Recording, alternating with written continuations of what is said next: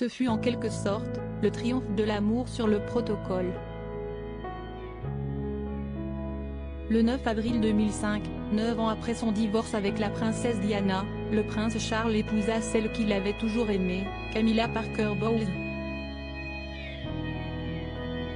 À 56 et 57 ans, les deux ex-amants se marièrent dans la plus grande sobriété, leur relation ayant été tellement sulfureuse notamment pendant les années de mariage du prince Charles avec Lady Di, que le couple se devait de célébrer son amour dans la discrétion.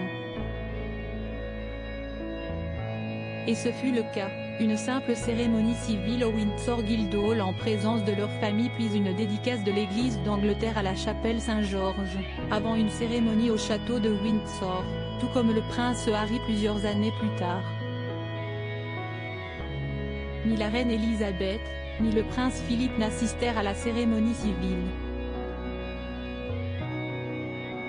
Ils furent cependant présents à l'église puis organisèrent la réception à Windsor. Prétendante et conduite dans les années 1970 prétendante de la première heure, elle avait été conduite par Lord Mountbatten qui estimait que leur différence d'âge, de 16 mois, ne faisait pas d'elle une bonne candidate pour épouser le futur héritier à la couronne. Si est Diana Spencer qui lui fut préférée et qui épousa le prince en 1981. Mais l'héritier au trône d'Angleterre n'oublia jamais Camilla, avec qui il continua à entretenir une relation. Ce mariage, en 2005, où les deux garçons du prince étaient présents, officialisera la relation du prince Charles avec Camilla Parker Bowles. Camilla, qui hérita du titre de duchesse de Cornouailles, opta pour une tenue ivoire, un chapeau à plumes et les cheveux détachés. Le prince Charles, lui, une jaquette, tenue traditionnelle de mariage pour un homme au Royaume-Uni. Et l'histoire dure encore.